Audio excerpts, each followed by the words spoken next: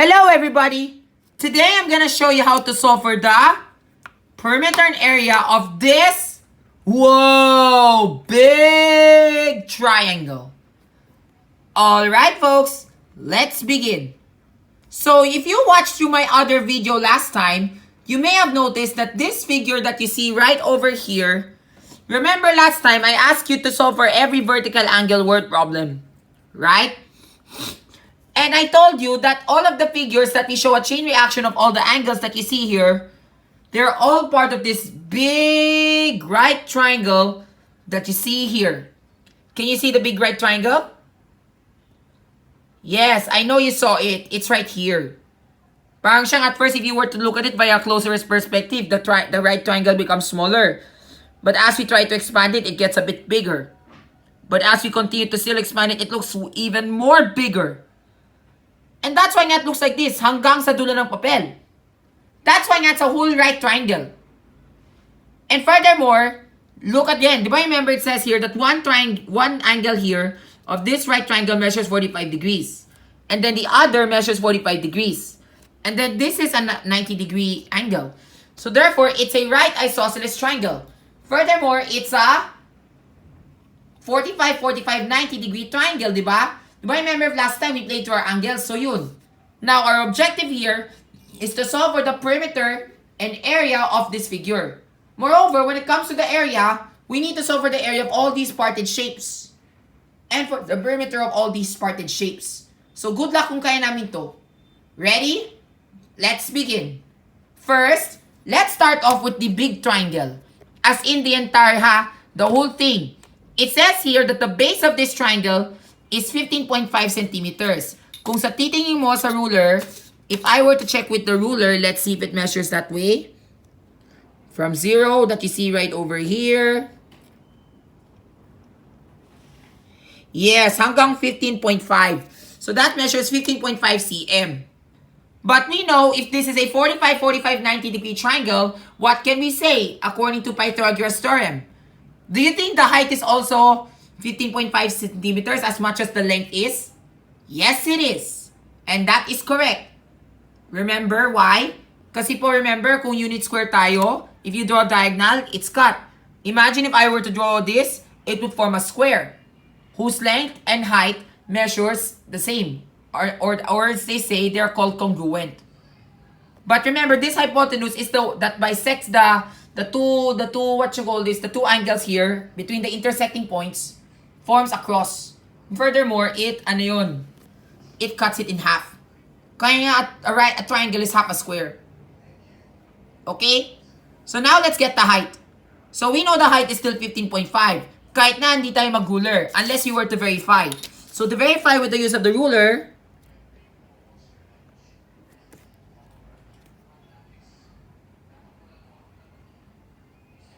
lapit na. Pero not exactly 15.5. Pero let's just assume na lang it's still 15.5. Because it shows the rule of the 45, 45, 90-degree triangle. Although it's not that drawn to scale. Now, it's our job to solve for the hypotenuse. Do I remember, we need to get the measure of the hypotenuse. So how do we get the hypotenuse? Yup, Pythagoras theorem. Unless you know the formula of 45, 45, 90-degree triangle, you know that the hypotenuse is always the short leg, the leg, times the square root of 2.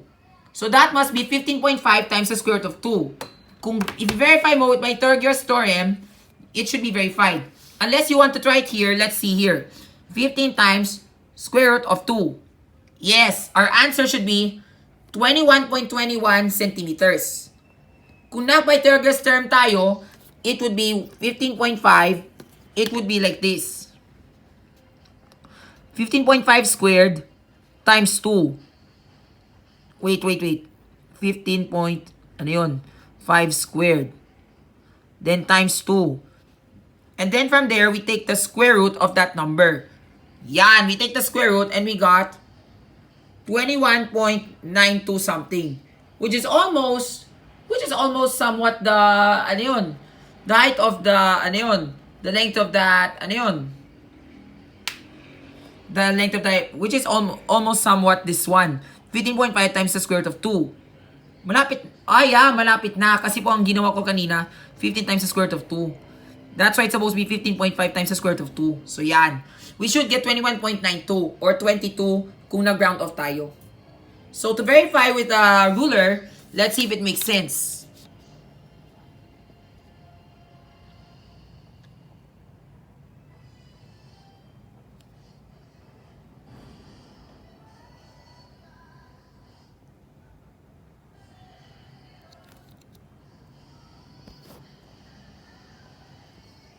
Wait lang ha. Ayan.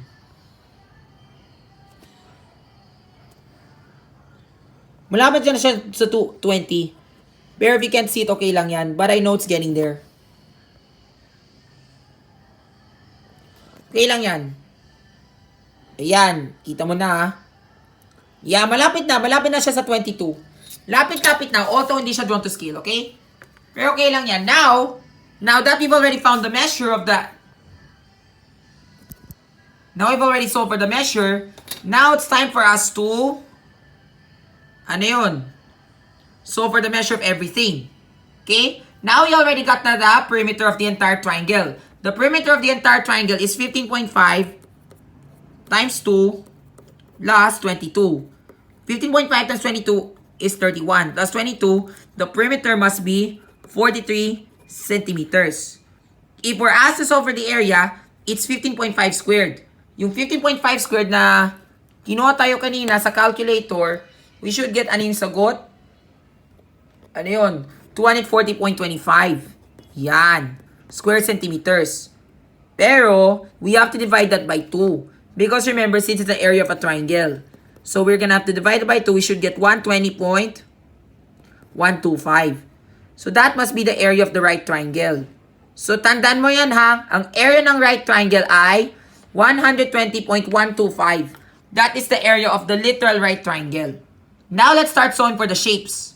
First off, let's start off with the trapezoid. Do you remember? Let's start with the trapezoid. This trapezoid that you see here. So, it says here that this trapezoid, it measures 8.8 centimeters. Remember, and then we know that the length here measures 15.5. But how can we get the height? That's the question. If your answer is through Pythagoras theorem, you are correct. Kasi po ganito yung mangyayari. Diba remember 15.5 is from here to here. The entire length. But 8.8 is up to here. So to get the height, kukunin mo yung height mo dito and then take Pythagoras theorem. Now all we need to do is to do 15.5 minus 8.8. The grand total minus whatever the totals given so far. And we should get minus 8.8. We should get 7. 14 minus 8 is 6. So that should be 6.7. Now we apply the Pythagoras rule. 6.7 squared plus the 8 squared equals, o yan, another thing I forgot to mention pala. Kasi what do we remember, since this is since this is a 45, 45, 90 degree triangle, therefore, kung nag-draw tayo ng height dito, therefore this one should be 50 degrees because it were to be cut in half. And then 45, 45, 45, 45. Ayan, di ba remember 45 to? So therefore, 100 minus 45, then that should be, ano to? 55. Okay? Because 55 plus 45 equals 100. Okay? So dapat this should be 55. Kung nag-bisect to. Now, we were to play Pythagoras theorem, di ba this one should measure 6.7. This thing, up to this area kung saan makukuha mo yung height. Check mo with the ruler to see if it makes sense.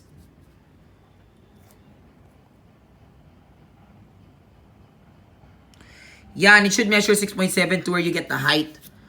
And then, from there, you know naman in a 45, 45, 90 degree triangle, the height should be the same. So therefore, for this height, which is connected to here, it still measures 6.7 centimeters. Okay? So now we have 8.8 plus 15.5. And then we have to divide that by 2. So let's just add, so let's work out the formula. 15.5 plus 8.8 times 6.7 divide by 2. Perhaps I may need a calculator to help out. Wait lang ha.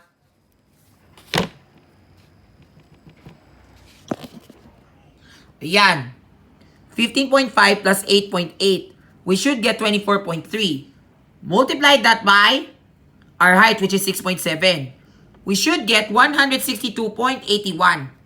But we're not yet done because we still need to divide that by 2. So therefore, our area should be, the area of the trapezoid is 81.405. So therefore, the area is 81,405. Okay? Now, that's the area of the entire trapezoid. Now, let's work out the shapes little by little. Okay? So, that means, do I remember kanina? Okay, now let's say we were asked to get the area of this triangle. Pero next time na lang, let's work out the trapezoid muna. Okay? Then, if we were asked to solve for the perimeter, we can play Pythagoras theorem. Let's say, for example, dito tayo, we need to get the perimeter of this entire trapezoid. So, how can we get the perimeter? If you say the perimeter is what you call this, anong tawag dyan? You have to play Pythagorean theorem again so you can get the hypotenuse. You are correct. So therefore, 6.7 times 6.7 and then 6.7 squared. Diba? Times the square root of 2. So therefore, ito yung gagawin mo. 6.7 times the square root of 2. Wait. 6.7 times the square root of 2. You should get 9.47 something. Or 9 centimeters 47. Although I put there 9.2 kasi po what you call is, we thought kasi that's the measure of the hypotenuse. Pero to verify, kasi po if I were to check with the ruler, it should measure like this. 9.2. Pero, halata 9.4 siya. If you were to look at it. Yan.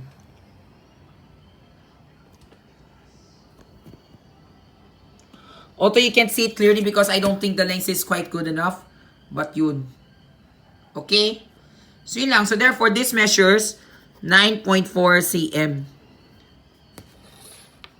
Okay? Now, let's solve for the perimeter of the trapezoid. So, if the area of the trapezoid were, ano yung kinuha namin? Wait lang.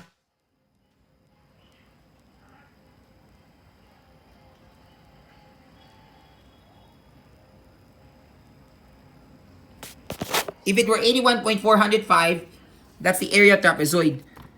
81.405 cm squared. Now, the perimeter, that is area. Now, perimeter of this entire trapezoid must be, we should add up 8.8, 6.7, 8.8 plus 6.7 equals 15, 9 plus 6, 15.5. Parang siyang dinoble, so 31. 31 plus 9.4, edi 14.4. Yan. So, that is 40.4 cm squared. So, that is the perimeter of the entire trapezoid. Now, let's say we're asked to part the shapes. Pero, what you call is, I'll show you that in another video.